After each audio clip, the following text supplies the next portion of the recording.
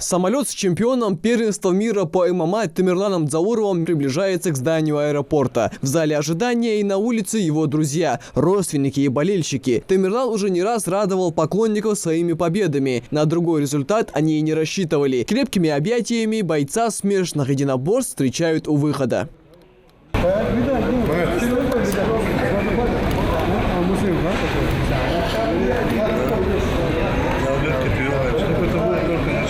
Поздравления и пожелания звучат отовсюду. Проявив по-настоящему чемпионский волевой характер, он одержал яркую победу, оправдав надежды наставников, товарищей по команде и многочисленных болельщиков. На соревнованиях он провел 6 боев. Каждый оппонент был силен и опытен, но тактика быстрого и стремительного давления сработала в пользу нашего спортсмена. Турнир проходил по американской системе. Это когда все соперники одной весовой и возрастной категории сражаются с каждым по очереди, зарабатывая очки, по итогам которых и определяется победитель. После 4-го боя зал уже знал его имя. Тамерлан оторвался от всех на колоссальное число очков. Самый сложный бой был этот второй бой.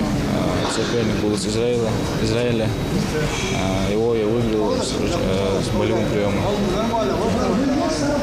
Остальные было полегче, да? Остальные, не сказать, что легче, но я с ними быстрее справился. К этой цели мы очень давно шли с моими тренерами, с моим отцом. Для начала мы выиграли республику, потом СКО, потом Россию и сейчас первенство мира. Тренер отмечает, что Тамерлан усиленно занимался и был готов выступить с каждым оппонентом. Его уверенные победы – лишнее тому подтверждение. Так как мы давно уже знали, что он будет выступать именно в этих числах на чемпионате мира, по итогу отбора на первенстве России, мы усердно готовились к этому турниру, потому что это очень важный старт, это впервые для нашей республики.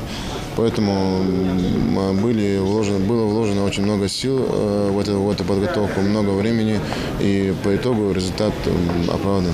Отец спортсмена Адам Дзауров делится, что весь вечер не отходил от экрана телевизора, переживал за сына. Интерес к смешанным единоборствам Тамерлану привил он. Отец привел его первый раз в зал, а в последующем задал планку, и Тамерлан оправдал возложенные надежды. В течение 2 месяцев он взял Россию по ММА, по грэпплингу, выиграл Россию и сейчас уже мир. Это очень большой результат. Свои года, 15 лет, это очень большой результат.